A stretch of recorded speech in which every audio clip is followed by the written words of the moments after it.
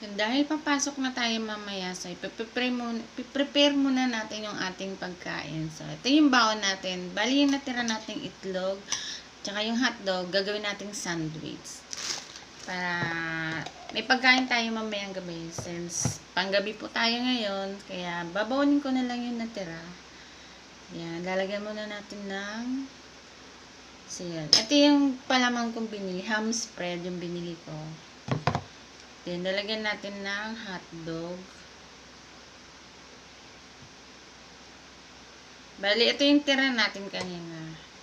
Tapos, lagyan natin ng itlog.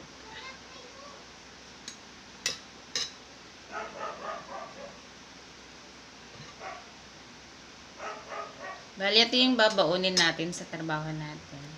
So, bali tatlo siya. Bali, lalagyan na natin.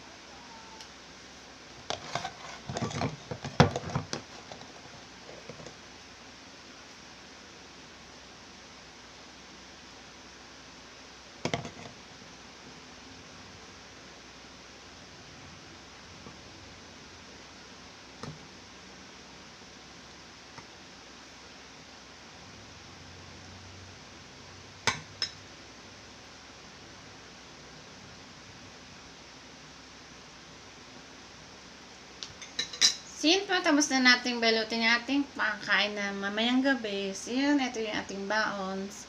See you guys. Thank you for watching.